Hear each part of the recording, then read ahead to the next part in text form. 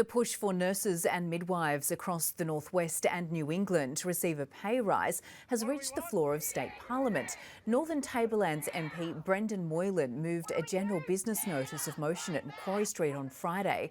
Among his demands, Moylan is calling for nurses and midwives to receive a 15% pay rise, which would bring New South Wales staff in line with a graduate salary under the same profession in Queensland. So I move that this House, 1, notes that nurses and midwives are highly trained professionals that deserve fairer, more appropriate salaries. 2, acknowledges that Queensland nurses and midwives are paid more than New South Wales nurses and midwives. And 3, urges the Minns Labor government to increase nurses and midwives' pay by not less than 15% across the board. The Minns government will now determine if the motion will be taken to a debate.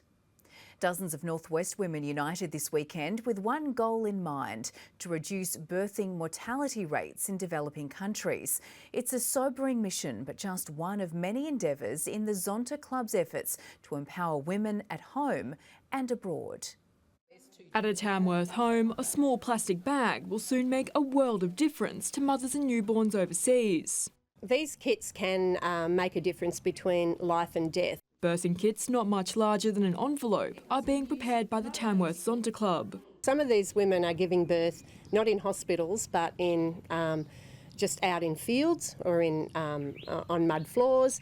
1,000 parcels are packed with care by the branch every year, soon to be distributed by the Birthing Kits Foundation of Australia.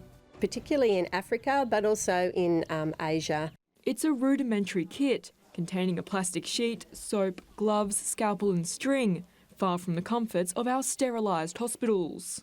Putting together these kits really actually puts things in perspective in terms of how lucky women in Australia are compared to those in third world countries. The Zonta Club is an international organisation working to empower women, including improving access to education, jobs and reducing gender-based violence. We're actually doing something for women, not just having a cup of tea. Their efforts also felt on the ground in Tamworth, crafting 200 breast cushions every year for women who have undergone a mastectomy and supporting domestic and sexual violence survivors at the hospital. We have a room up there that we actually provide clothing and all sorts of things that people need. Gabriella Warner, NBN News.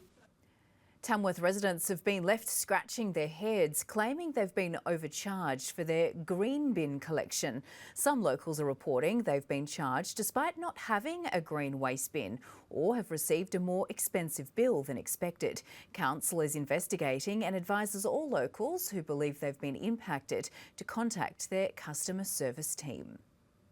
Northwest residents were treated to a winter wonderland last night. Tamworth's Peel Street closed to traffic for the city's second annual Winter's Night Festival. 15 local businesses extended their trading hours and were joined by 20 stallholders. The festival hopes to leave a lasting impact to reinvigorate the city's nightlife.